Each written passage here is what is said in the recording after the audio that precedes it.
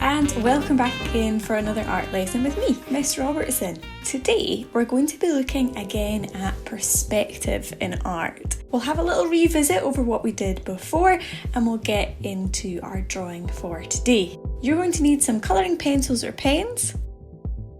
If we look at these paintings again, we can see how objects or buildings begin to disappear as they head towards the vanishing point.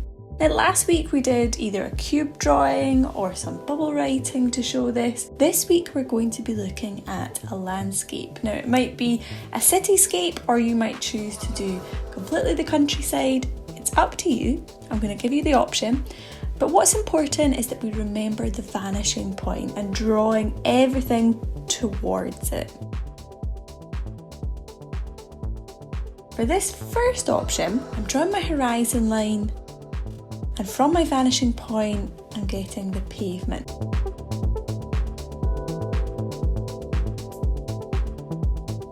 I'm measuring out on the page so that it's nice and even where either side meet up.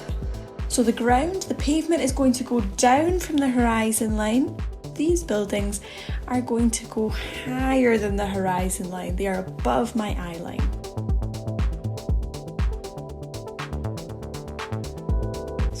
In the little roofs and thinking about the direction in which those roofs would be going. We take the line back the way, away from the vanishing point. Adding little details like chimney pots. And any lines that you do that are straight up and down, make sure that they are at 90 degrees to the bottom of the page. They are nice and straight up and down. You can do that really easily with your ruler. Line it up at the bottom. And that way they don't start to sneak in or fall back from that nice street that you're creating. Down the middle of the road, I can add the white lines on the tarmac. Now this is a really useful tool to be able to show that it's leading away, because the closer we are to the lines, the larger they'll appear, and the further away they get, the smaller they get into the distance.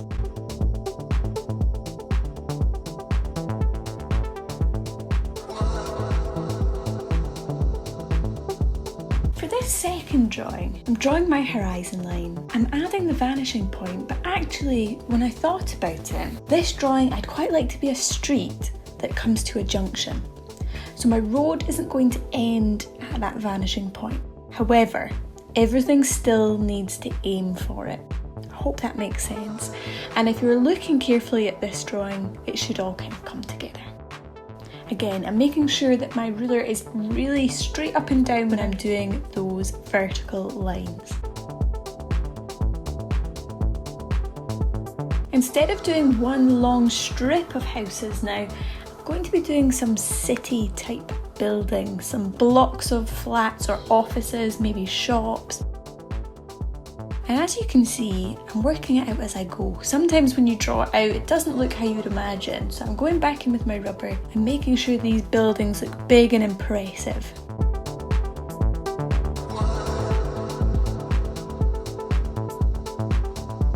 I'm adding some little gaps between my buildings at the bottom just to get a sense of maybe some little alleyways or little streets that head off the other way perhaps. I'm doing some light lines that cross through the other buildings, but I'm not pressing hard. I can rub those out very easily. Now, where the buildings are going back from the road, those lines are horizontal. Just like the horizon line, they are straight across the page. Those ones don't tilt towards the vanishing point at all.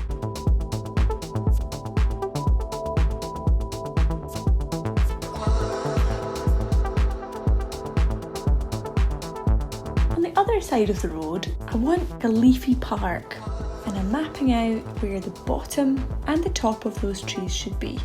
And just like the buildings, they get bigger as they get closer to me. But they're all roughly the same height. They've all been planted at the same time if we imagine that this is a park. So they're quite uniform in how they come together.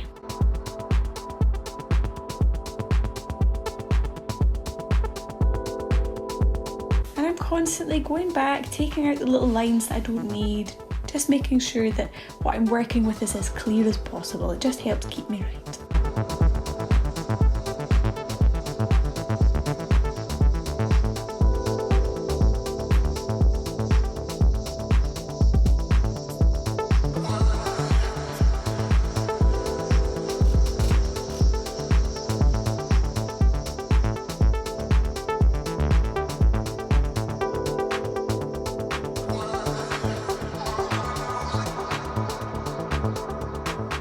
At the back, now these little buildings that are going along a street to the left, they don't really need to disappear anywhere. We can draw them as squares and rectangles.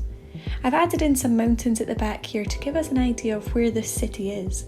It's got some really dramatic kind of landscapes. Maybe it's Edinburgh and Arthur's Seat, maybe it's a city in Japan, lots of mountains there, maybe in Norway. Who knows? Again, I'm using that trick of having the white lines in the middle of the road look longer and wider towards me, smaller as they get further away. And I'm adding in some birds. I always think that looks good when you're doing any kind of landscape. It just makes it look a little bit more alive. Now these buildings are very flat at the moment, so I thought I would add in some doors and some windows and maybe even a couple of signs to tell us what those buildings are. Tidying up all the time as we go along. All these little working lines, again, are really, really light. I'm not pressing hard on my pencil.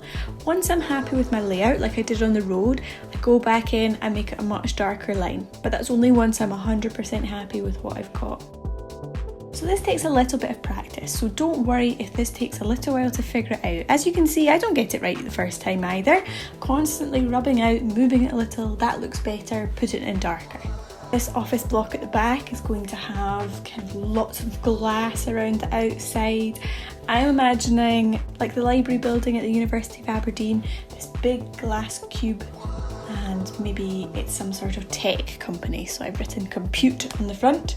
That is the name of my computer company. Very exciting, I know, but perhaps you can come up with something a little more exciting.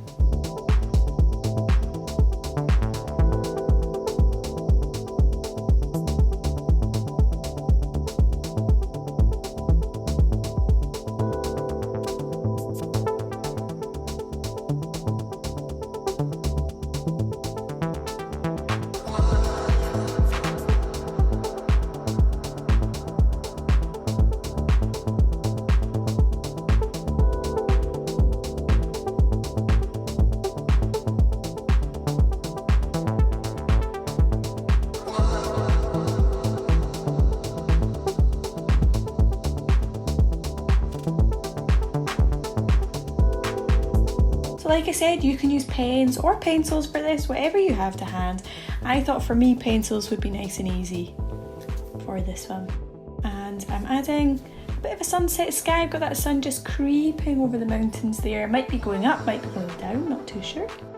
But I've added in a kind of pink layer behind the mountains.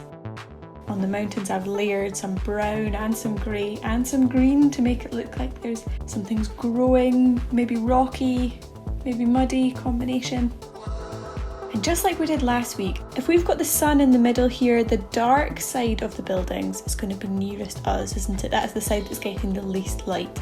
And it's just little details like that that will really elevate what you've created, make it look even better and much more professional. So, as always, make sure to upload your work to the online classroom, and I can't wait to see what you create.